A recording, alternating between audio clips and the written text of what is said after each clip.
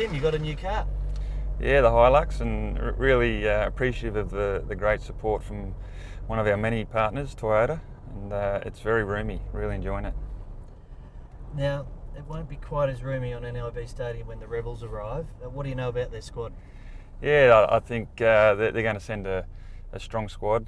I believe that there's some regular starters coming, likes of Billy Meeks, Naivalu, the winger, Ross Haylett-Petty, who was previously with the Force. So, yeah, they look like they're going to be strong, and we were preparing for that anyway. With the Wallabies test obviously on at exactly the same time, how many players are they likely to have in that squad? Yeah, well, that's announced today, but I think they're early form in the season. The Rebels, they'll probably end up with a few in that squad, so yeah, it should be good to see, and hopefully there's some previous Western Force players in that squad.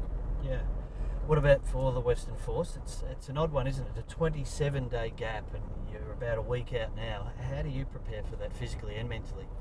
Yeah, we tape it off a little bit after the Tonga game, but the guys have been out playing club rugby and managed to get some playing minutes up in the Fortescue competition. So that was really important, and they've applied themselves really well. And looking at the club vision from last weekend, they played really good footy for their club. So it's now just a process of building up for the game against the Rebels and on the 9th, and we're in a good spot, and it's important that we don't peak too early. Sure. Can you give us an early injury update? What have we got? Davies, Testman, Grant? Yeah, so they're all tracking really well. Rod Davies coming through and getting back to training earlier than expected. Heath is tracking really well, along with Peter Grant, who got through a full contact session yesterday. Okay.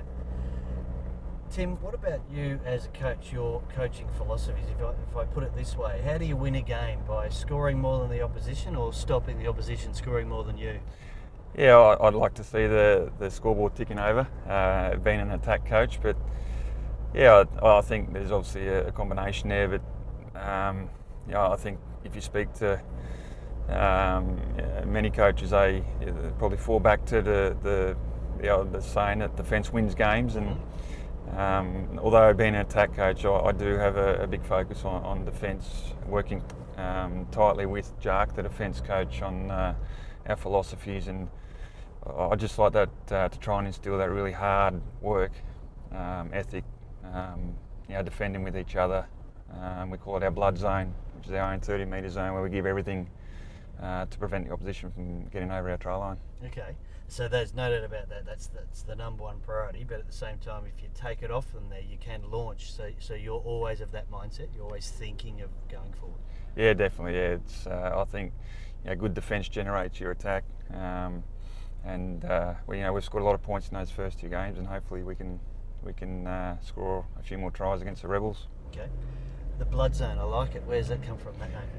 Yeah, it's just something I came up with a couple of years ago, and it's pretty straight to the point, really, and it's always good to refer back to, and you hope the players buy into that, and there's been good signs so far with our blokes. Okay, fear not, mums out there. It's metaphorically speaking, is it? You do spill a bit of blood back there, but that's what you got to do if you're a defender in any sport. Yeah, that's right. You give everything you can.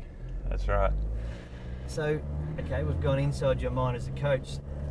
Go back a little bit. What about as a player? What were you like? Were you in the blood zone much, Tim, or were you up front trying to get across the line? Well, being a back, I didn't like having to do too much in the blood zone, but I was super competitive, and I still am. I don't like failure or losing. And trying, again, as a coach, you try and get that through into your players. But I enjoyed throwing the ball around as a player, but not only for myself. The other 14 players on the field, whether you're a tight head prop or a fullback, is to have involvements in a game. At the end of the day, it's what it's all about, is getting the footy in your hands, and I'd like to instill that into the players, to have the belief and confidence that they can execute anything that or that they want to do, really. Okay. In your day, Tim, would you have got a game at the Western Force? Were you that good, or were you better? There was a sniff there, Mark, when I was on the East Coast to come over in the early days, but it didn't end up happening. So we've always enjoyed Perth, to be honest, and kept one eye on it over here. So it didn't come off, Mark, but I'll blame the selectors. We're only talking recently that since you arrived there was no rain, and then I think that very day it didn't stop raining.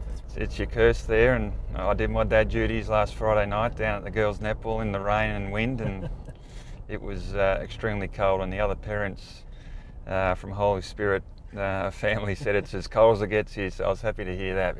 I wouldn't like it to get any cooler. Well, the sun's out today, you'll be happy. And finally, Tim, tell me, where are you going to watch the Barnaby Joyce interview? I'll be quite busy, Mark, leading into the Rebels game, so I might miss that one. Are you into politics at all? I don't get too much into politics, Mark. It's it's a bit of a game, I believe, and anyway, each their own, and I just don't take too much interest in it. Yourself? Maybe Barnaby's probably gone into the blood zone and he needed to get out of there. That's why he's in the problems he's in. He should have got out of it quicker, I think. But anyway.